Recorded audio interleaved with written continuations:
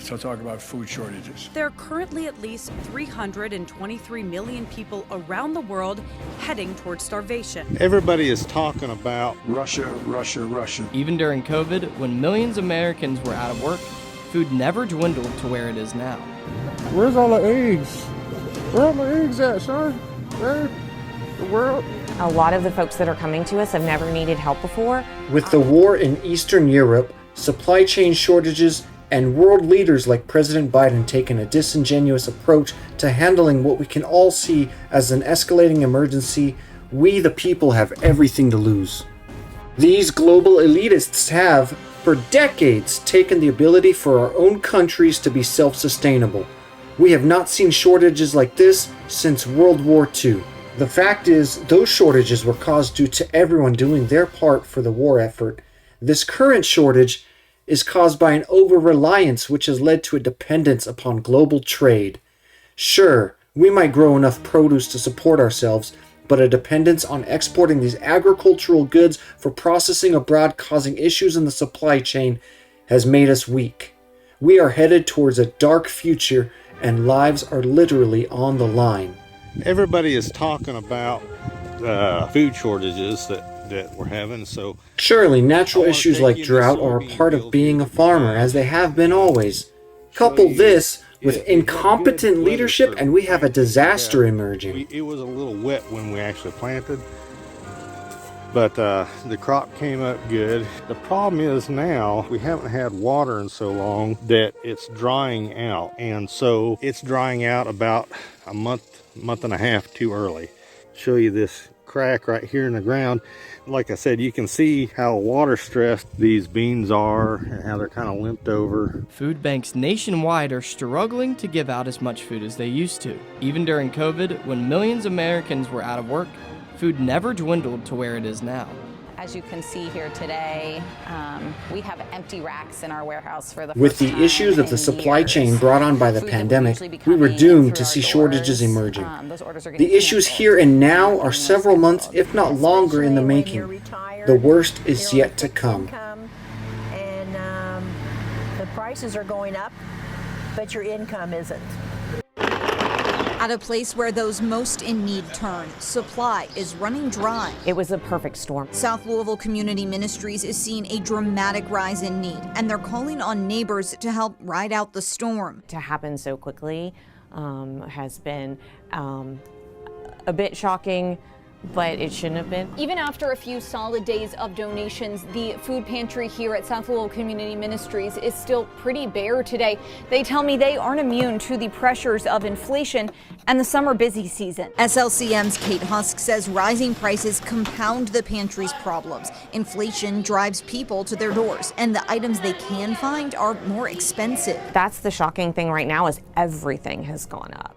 Now, more than ever, we need to start fostering healthy communities to get to know your neighbors better.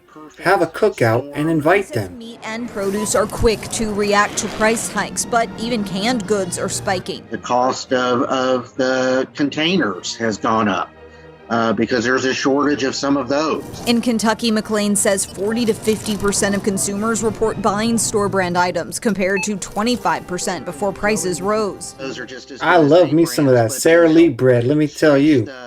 When I went to the store last, it was nearly $6 for that specialty bread I love so much. So I opted for the $1.50 store brand loaf instead. Even more in need. They've gone from 40 families at every distribution to 60. A lot of the folks that are coming to us have never needed help before.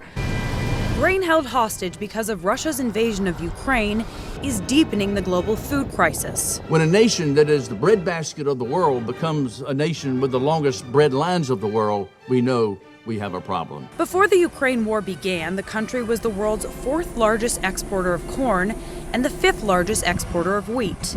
Now we can see right here, this war is costing a lot more than just some Russian oil. Because of Russia's blockade, things will only become more expensive. expensive. Desperate. David Beasley, the executive director of the World Food Program, said there are currently at least 323 million people around the world heading towards starvation. Literally, nearly 4% of the global population is headed towards starvation.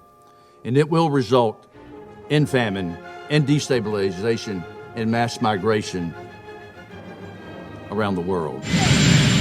The Biden administration is ramping up its focus on this deadly crisis as global food prices are spiking. Secretary of State Tony Blinken convened a United Nations Security Council meeting on the topic today, calling for a coordinated international response. There are an estimated 22 million tons of grain sitting in silos in Ukraine right now.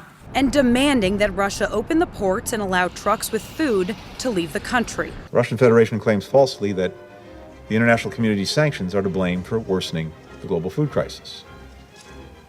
Sanctions aren't blocking Black Sea ports, trapping ships filled with food, and destroying Ukrainian roads and railways. Russia is. Footage obtained by CNN from Melitopol, Zaporizhia, allows us to see what President Zelensky's administration is calling food terrorism. Trucks bearing the white Z symbol of the Russian military stealing Ukrainian grain, bringing it to Russian-held Crimea. This is not just a strike at Ukraine. Without our agrarian exports, dozens of countries in various regions of the world have found themselves on the brink of food deficit. Russia is also carrying out strikes specifically targeting agricultural warehouses in the country. We're seeing attacks on everything from fields with craters in them. Them damn Ruskies attacking the farms for what? This is a targeted retaliation against the global community for its support of Ukraine. Ending the blockade to get the grain out of those silos won't do much in the long term. These politicians are seeking to calm the fury of the people without having to solve the problem itself. Prices in the pump are higher in almost every other country. We're better positioned to deal with this than anyone, but we have a way to go. Ultimately, the reason why gas prices are up is because of Russia. Russia, Russia, Russia. How long is it fair to expect American drivers and drivers around the world to pay that premium for this war? As long as it takes, so Russia cannot, in fact, defeat Ukraine and move beyond Ukraine. With regard to food shortage, yes, we did talk about food shortages. And it's going to be real. The price of these sanctions is not just imposed upon Russia. It's imposed upon an awful lot of countries as well, including European countries and our country as well. I'm getting pissed off, and I hope you are too. It's insane to believe that these politicians are acting on the betterment of society. Them and their families are not going to be waiting in a bread line. We are. These windows are dirty as hell, and I'm not taking it anymore.